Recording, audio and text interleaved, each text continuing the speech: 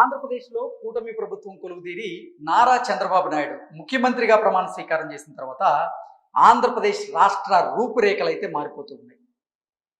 రాష్ట్రం అన్ని రంగాలలో అభివృద్ధి బాటలో దూసుకు వెళుతూ ఉంది.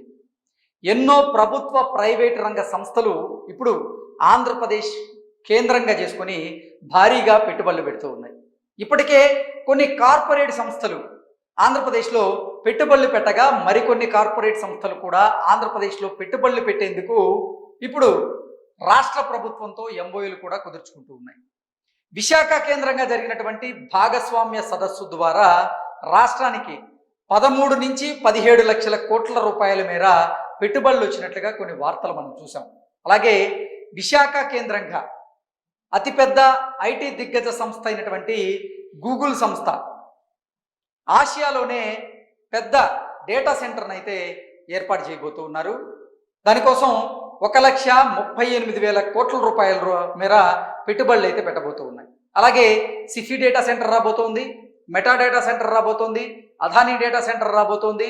ఇవన్నీ పెట్టుబడుల రూపంలో ఇప్పుడు ఆంధ్రప్రదేశ్లో పెట్టుబడుల వరద అయితే కొనసాగుతూ ఉంది. దేశవ్యాప్తంగా వస్తున్నటువంటి పెట్టుబడులలో ఇప్పుడు ఆంధ్రప్రదేశ్ మొదటి స్థానంలో దూసుకు వెళుతుంది అనడంలో ఎటువంటి అతిశయోక్తి అయితే లేదు.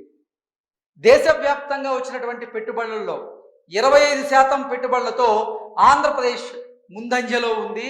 మిగతా రాష్ట్రాలను పెట్టుబడుల విషయంలో వెనక్కి నెట్టేసింది. ఇప్పుడు ఈ వార్త సామాజిక మాధ్యమాల్లో చక్కర్లు కొడుతుంది. ఈ వార్త సారాంశం ఏంటనేది ఒకసారి మనం పూర్తి స్థాయిలో విశ్లేషణ చేసుకునేటువంటి ప్రయత్నం చేద్దాం. దేశవ్యాప్తంగా నమోదైనటువంటి మొత్తం పెట్టుబడుల్లో 25.3% వాటాతో ఆంధ్రప్రదేశ్ రాష్ట్రం అగ్రస్థానంలో నిలిచిందని మంత్రి నారా లోకేష్ గారు తెలిపారు. ఒడిశా, మహారాష్ట్ర వంటి రాష్ట్రాలను దాటి పారిశ్రామిక వృద్ధిలో ఏపీ ముందంజలో ఉందని ఆయన పేర్కొనడం జరిగింది. ఈ మేరకు నారా లోకేష్ గారు తన ఎక్స్ వేదికగా ఇలా స్పందించడం జరిగింది. పెట్టుబడిదారులకు అనుకూల విధానాలు, అలాగే వేగవంతమైనటువంటి నిర్ణయాలు, పరిశ్రమల ఏర్పాటుకు సులభమైనటువంటి వాతావరణమే ఈ విజయానికి కారణమని నారా లోకేష్ గారు పేర్కొన్నారు.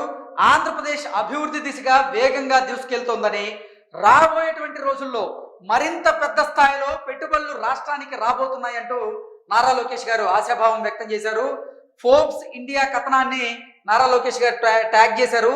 దీని ప్రకారంగా రాష్ట్రంలో పెట్టుబడులకు ప్రధాన ఆకర్షణగా ఆంధ్రప్రదేశ్ అవతరిస్తోందని, 2025-2026 ఆర్థిక సంవత్సరం తొలి 9 నెలల్లో ప్రకటించినటువంటి మొత్తం పెట్టుబడుల్లో 25.3% వాటాను ఏపీ దక్కించుకుందని, దీంతో దేశంలోనే అత్యధిక పెట్టుబడులు ఆకర్షించినటువంటి రాష్ట్రంగా ఆంధ్రప్రదేశ్ రాష్ట్రం నిలిచిందని, ఈ జాబితాలో ఒడిశా 13.1% వాటాతో రెండో స్థానంలో ఉండగా, మహారాష్ట్ర 12.8% వాటాతో మూడో స్థానంలో నిలిచినట్లుగా ఈ వార్త సారాంశంగా అయితే మనం విశ్లేషణ చేసుకోవచ్చు. ఈ 3 రాష్ట్రాలకు కలిపి మొత్తం పెట్టుబడుల్లో 51.2% కేంద్రీకృతం అవడం గమనార్హం. ఇది దేశంలోని పారిశ్రామిక పెట్టుబడులు అంటే తూర్పు దక్షిణ రాష్ట్రాల వైపు మల్లుతున్నాయన్న సంకేతంగా అయితే విశ్లేషకులు భావిస్తూ ఉన్నారు. అదేవిధంగా ప్రస్తుత ఆర్థిక సంవత్సరం తొలి 9 నెలల్లో దేశవ్యాప్తంగా పెట్టుబడుల ప్రకటనలు గత ఏడాది ఇదే కాలంతో పోలిస్తే 11.5% పెరిగి మొత్తంగా 26.6 లక్షల కోట్ల రూపాయలకు చేరినట్లుగా ఫోర్బ్స్ ఇండియా నివేదిక అయితే వెల్లడించింది. ఇది భారత ఆర్థిక వ్యవస్థపై పెట్టుబడిదారుల విశ్వాసం మరింత బలపడుతుందనడానికి ఒక నిదర్శనంగా, ఉదాహరణగా పేర్కొంటూ ఈ కథనాన్ని అయితే ఫోర్బ్స్ ఇండియా వెలువడించడం జరిగింది. దీని ప్రకారంగా చూసుకున్నట్లయితే నిజంగా దేశవ్యాప్తంగా పెట్టుబడులు వస్తున్న దాని ప్రకారంగా చూసుకున్నట్లయితే వాటిల్లో 25.3% వాటాతో ఆంధ్రప్రదేశ్ రాష్ట్రం అగ్రస్థానంలో నిలిచింది. ఇక పెట్టుబడుల విషయంలో రెండవ స్థానంలో ఒడిశా నిలవగా మూడవ స్థానానికి మహారాష్ట్ర పరిమితమైంది. సో మొత్తంగా చూసుకున్నట్లయితే ఆంధ్రప్రదేశ్ రాష్ట్రంలో కూటమి ప్రభుత్వం కొలువుదీరి 18 నెలలు కావస్తుంది. 18 నెలలు దాటింది.